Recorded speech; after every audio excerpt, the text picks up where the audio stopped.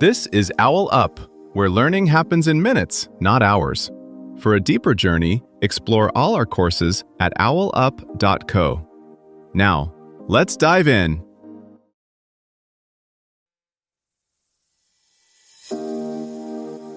Welcome to Chapter 1 of our series, Remote Work Mastery, Thrive Outside the Office.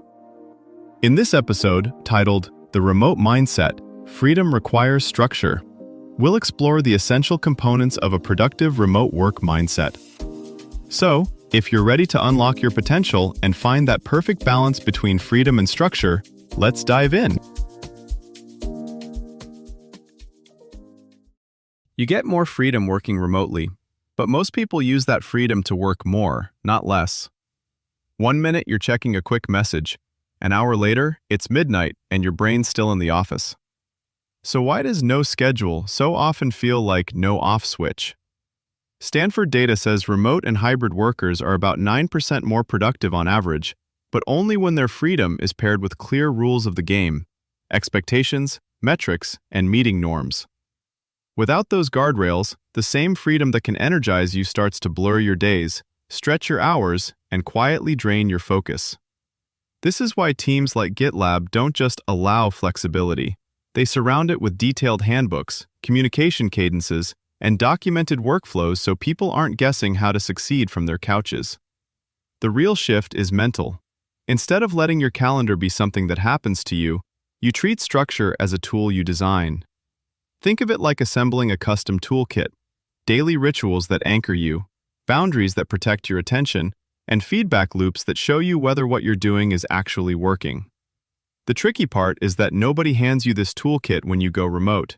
You inherit your company's meetings and metrics, but not a personal operating system. That's why two people in the same role, same team, same tools, can have wildly different outcomes. One feels calmly in control, the other constantly behind. Studies on self-regulation show it's less about willpower and more about pre-deciding.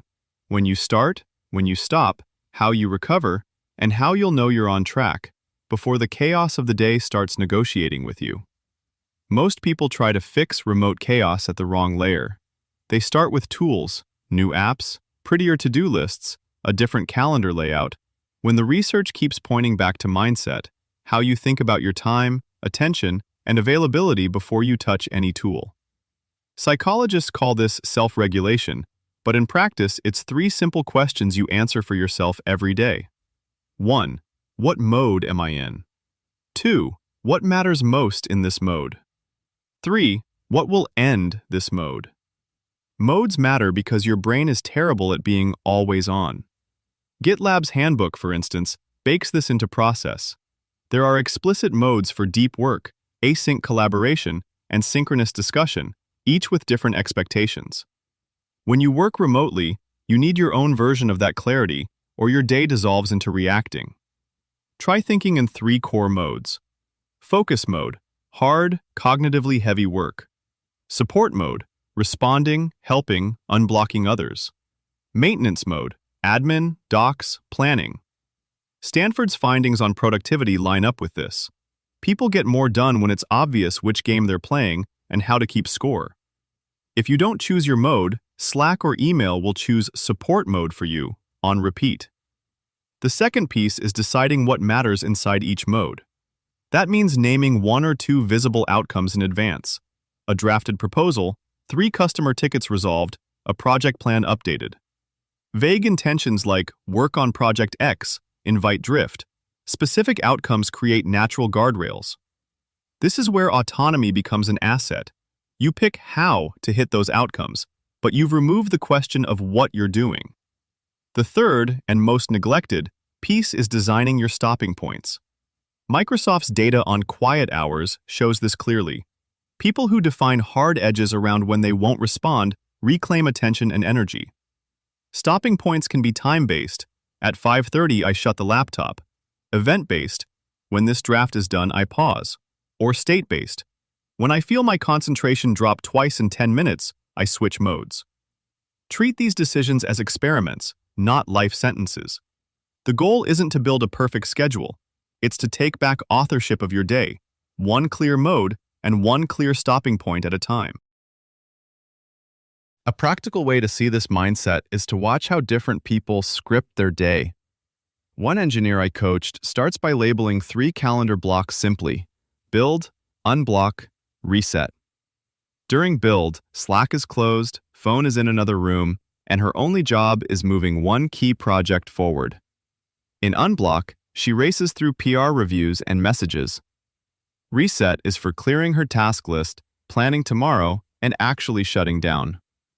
Same job, same tools, but her script keeps her from blending everything into one blurry slog. Teams can do this too. A product trio I worked with agreed on shared language: green time for deep work, yellow for quick async replies, red for meetings only. They don't need elaborate policies. A simple color on their calendars tells everyone what mode they're in. That tiny social contract makes it easier to respect quiet hours and reduces the "are you free for a quick call" pings that fragment days. When your environment understands your modes, it reinforces your choices instead of constantly testing them. Treat this mindset as career infrastructure. As work unbundles from offices and time zones, employers will scout for people who can self-govern, those who can set expectations, negotiate availability, and surface progress without hand-holding. That skill compounds. It makes you easier to trust, easier to promote, and easier to plug into global projects. Your week isn't just tasks, it's a living prototype of how you'll handle bigger scope, looser oversight, and messier problems. Your challenge this week: run a structure sprint. For 5 workdays, pick one stability move in each layer: time, space, and signals. Time: lock one 90-minute focus block at the same hour daily. Space: designate a single spot as work only, even if it's one chair. Signals: choose one shutdown ritual that clearly ends the day. At week's end, review. Which layer gave you the biggest lift, and where did your freedom actually increase when you tightened the rules slightly? Treat this like tuning an instrument. Tiny adjustments change the whole sound of your week. As you refine your own cadence, notice where you still drift. Those are clues, not failures. Over time, your default day becomes less like juggling and more like a well-practiced recipe you can tweak, scale, or share when new roles, teams, or time zones enter the mix. Here's your challenge this week. For the next 5 workdays, run a Freedom with Structure sprint, where you plan your day in 3 specific blocks: 90 minutes of deep work on your single most important task, a 60-minute admin plus communication block, Slack, email/meetings, and a 30-minute reflection block at the end of the day. Before you start each day, time-box these 3 blocks on your calendar and protect them by turning off notifications during the deep work block. At the end of each day, quickly rate yourself from 1 to 5 on how well you followed your structure and adjust the timing, not the number, of your 3 blocks for the next day based on what actually happened. This was OwlUp, your daily step forward. To keep learning with structured courses and more insights, go to owlup.co. Until tomorrow!